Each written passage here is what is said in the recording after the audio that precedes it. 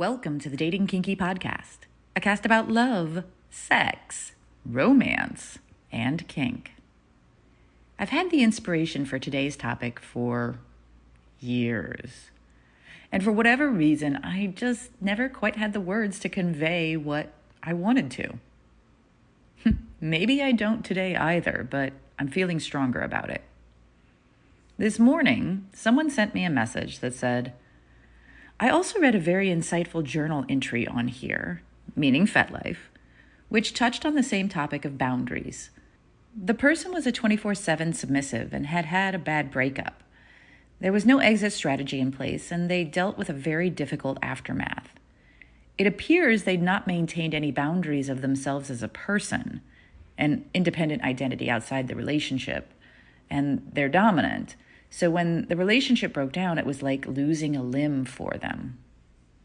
Which reminded me of how science is showing us that we actually do lose pieces of ourselves when we lose a long-term relationship partner through breakups, trauma, or death. And I finally found my words. Ever had a hard drive crash? It sucks. Big time. Just like that, you've lost data. And most of the time, you don't even know exactly what data you've lost. And even years later, you'll probably remember that crash and the data you lost and mourn it. Because it's fucking traumatic, says the woman who backs up in triplicate for a reason. You know what's like having a hard drive crash, but even worse? Losing a long-term partner. Because you not only lose that love and companionship and friendship and all the expected stuff, but according to research from Macquarie University in Australia, long-term couples share memories. Not as in they have the same memories, although often we do, but actually split up certain types of memory between the partners based on who is better at what. For example, one partner may be better at remembering names and the other dates, and so on. And note this. Interestingly, older adults experience the greatest memory difficulties with first-hand autobiographical information. And this is exactly where long-term couples gain the biggest benefit from remembering together. So as we grow older, we offset our unreliable episodic systems by drawing on the support offered by a partner, a shared resource.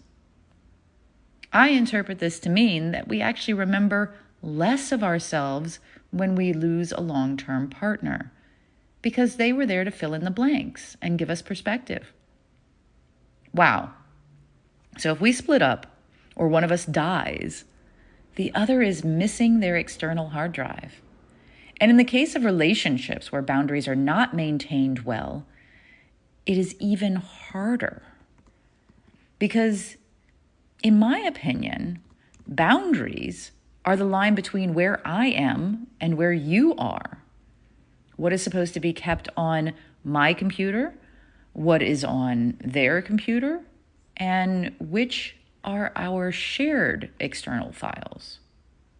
Was this shared photo saved on my computer? Or did you take it on your phone?